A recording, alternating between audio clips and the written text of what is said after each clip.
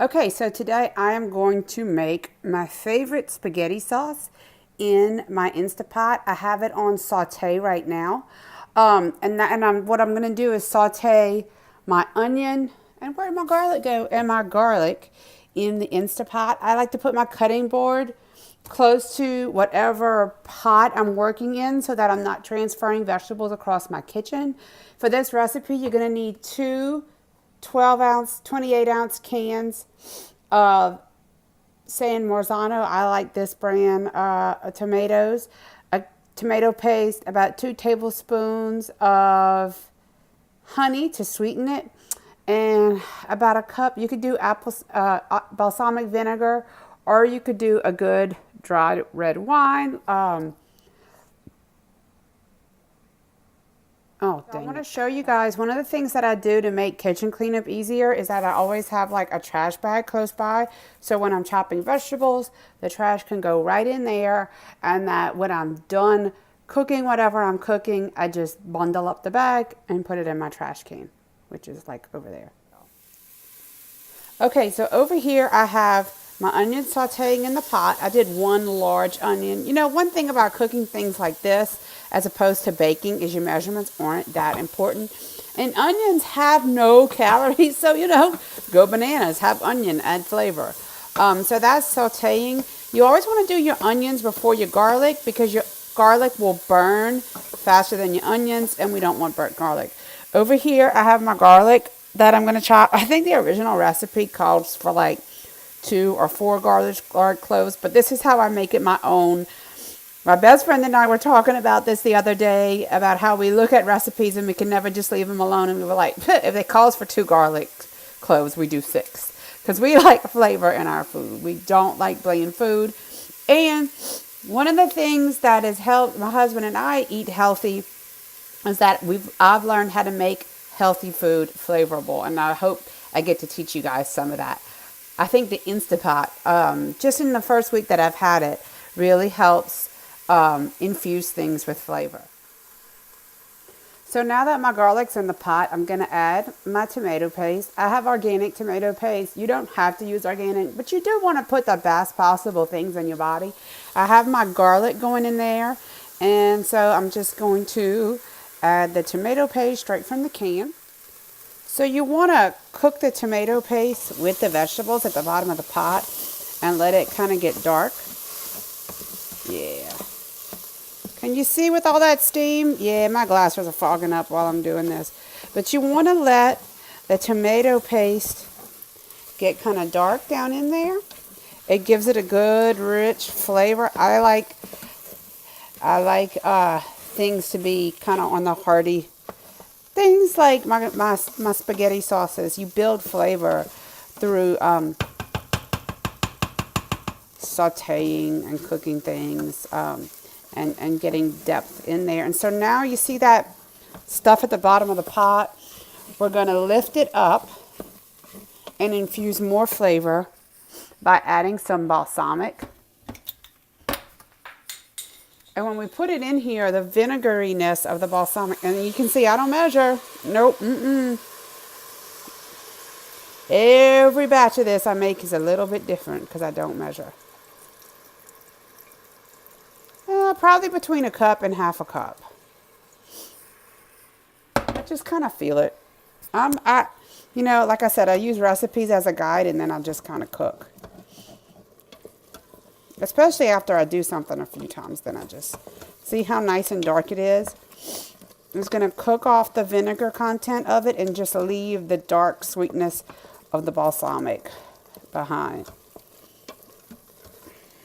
All right.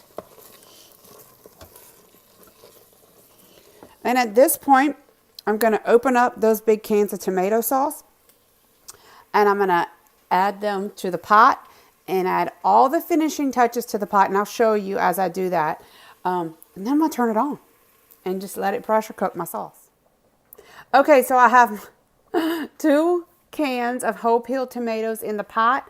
I'm going to add salt, pepper, oregano, basil, and 2 tablespoons of honey for sweetness, and a little bit of red pepper flakes, not too much because I do have little kids eating this, but my husband and I like our food on the spicy side. And I'm going to set the pot on, I'm going to check the manual that came with the pot to figure out what setting to put it on to make this sauce. So I put all my seasonings in there, salt, pepper, 2 tablespoons of honey, oregano, basil, and way too much red pepper flakes. The container just kind of spilled, but Dwayne and I like it like that. So what I'm going to do is put my Insta Pot lid on.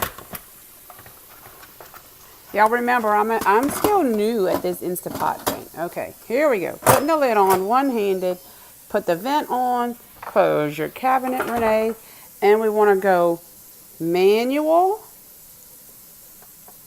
Manual. Okay.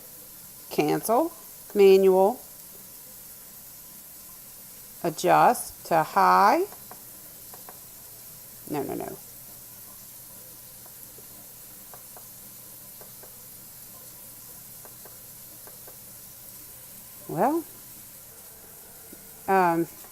Well, manual for 45 minutes to cook that sauce.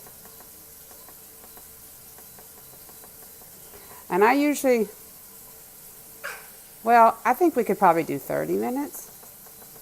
Actually, probably 10 because we don't have any meat in there yet. I'm going to try it at 10 minutes. Hold on, baby girl. Mama's cooking.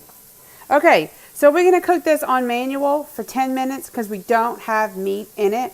I'm purposefully left meat out this time, not because I'm doing Meatless Mondays or anything like that. I left the meat out because what I'm going to do is divide the sauce into half, then go back, pull the sauce out of the Insta Pot, go back. I'm going to add mushrooms and carrots and my ground beef, and then add half the sauce back in. That'll be tonight's supper over spaghetti. So I am taking the sauce out of the Insta Pot that's been cooking. It really was done before we left for Taekwondo, but I just left it there because I wasn't ready to deal with it. Now I've pureed the sauce and I'm pouring it into a jar because I'm going to start mushrooms, carrots, and meat in the Insta Pot.